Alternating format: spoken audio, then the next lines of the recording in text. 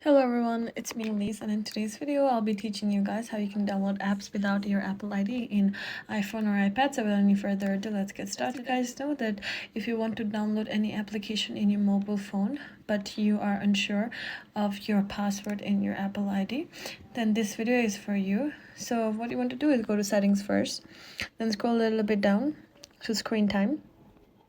And here you want to change your screen time password and turn off your screen time password. For this, enter your screen time password like this, so it's turned off right now.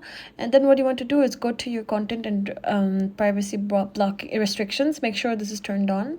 Then go to your iTunes and App Store purchases and make sure that your required apps is don't required, and this is always set to don't required. If you could do these two simple steps, then this will ensure that you can download application with ease. Then the next step you want to do is go to ID and passcodes. Then what you want to do is type in your phone ID, and you can use your Face ID for your iTunes and App Store. So turn this on. So the next time you go to your App Store and you want to install a application, then just click on Get,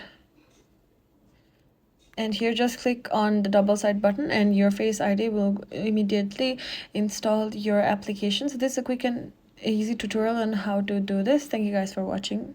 See you in the next one.